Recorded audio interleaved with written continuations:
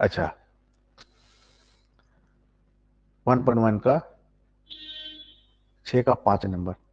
नदी के धारा का वेग 2 किलोमीटर है। नदी का धारा का वेग मतलब पानी का वेग 2 किलोमीटर है प्रति घंटा, मैंने 1 घंटा में।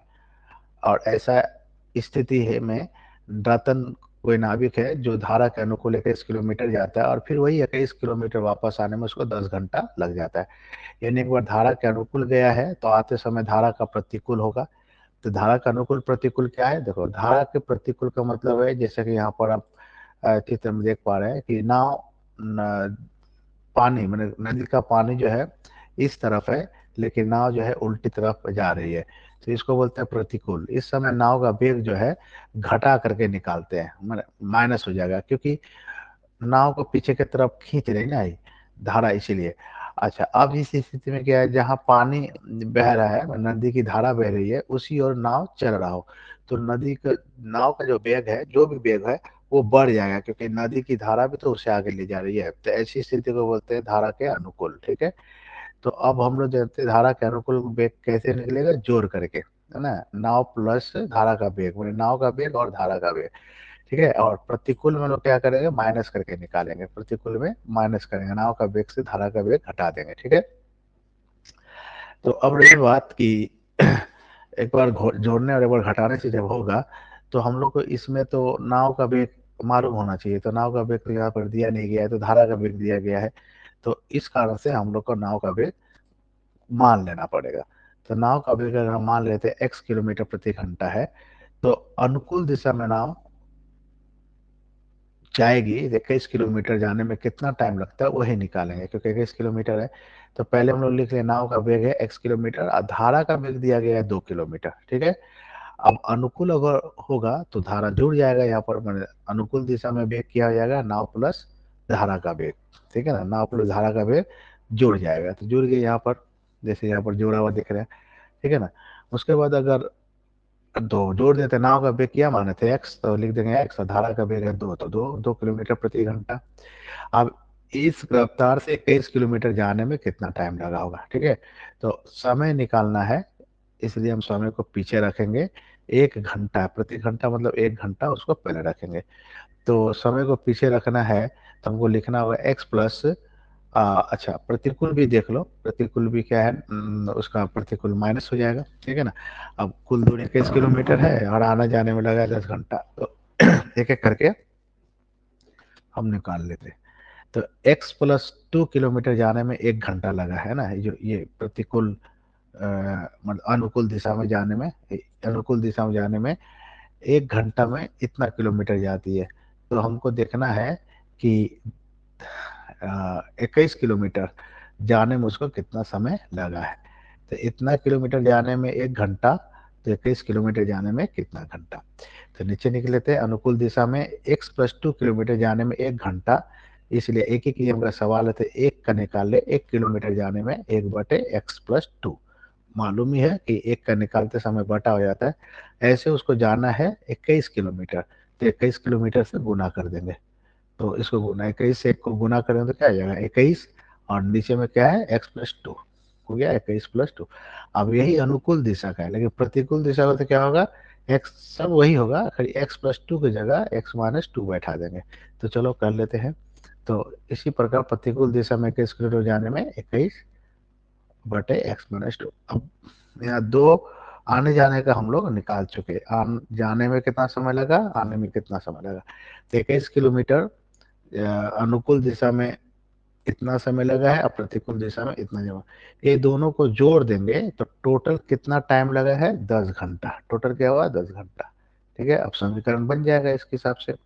तो इन दोनों को जोड़कर इक्वल टू कर देंगे 10 और उसको सॉल्व कर लेंगे। ठीक है, तो धारा के प्रतिकूल और अनुकूल दोनों जोड़ करके उन्हें जाने और आने में टोटल लगा है 10 घंटा। ठीक है, अब इसका कैलकुलेशन करते हैं, x + 2 और x - 2 का लघुत्तम निकाल लेते हैं।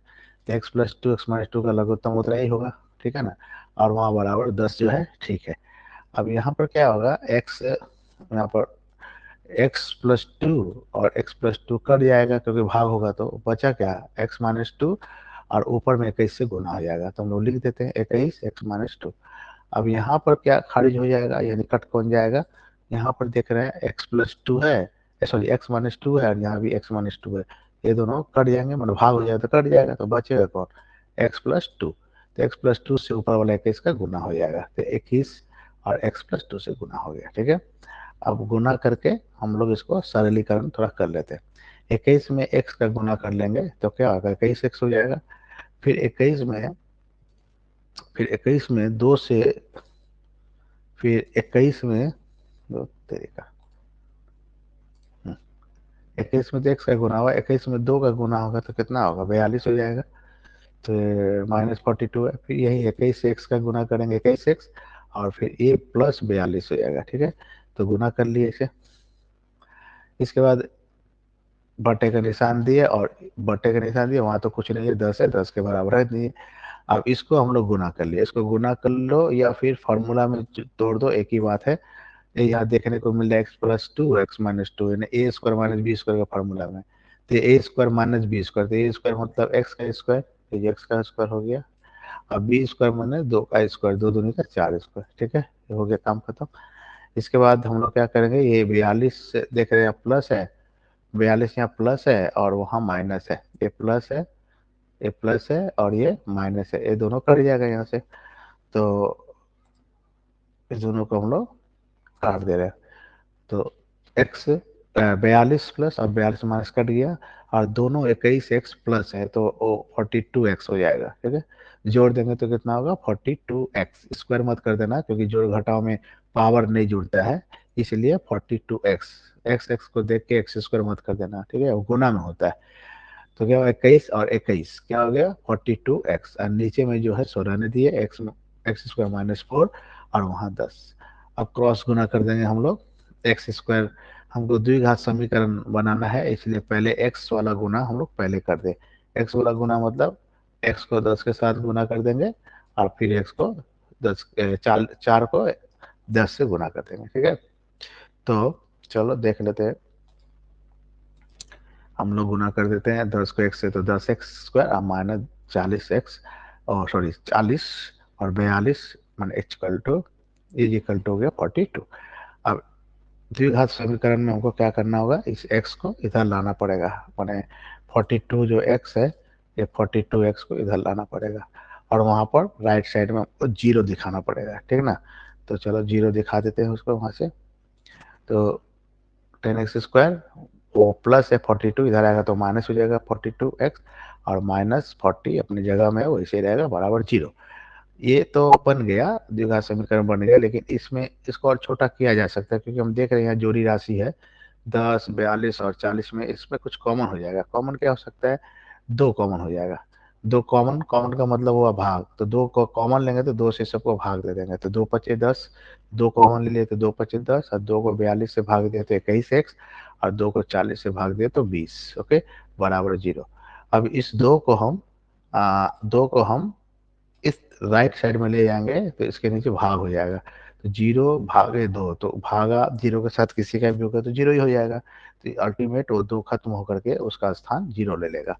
अर्थात ये हो गया क्या, ये 5x² -21x-20, वो तो जैसे वैसे उतरेगा और वो जीरो हो गया, क्योंकि दो इधर आकर के जीरो के साथ भागा होकर के जीरो हो गया।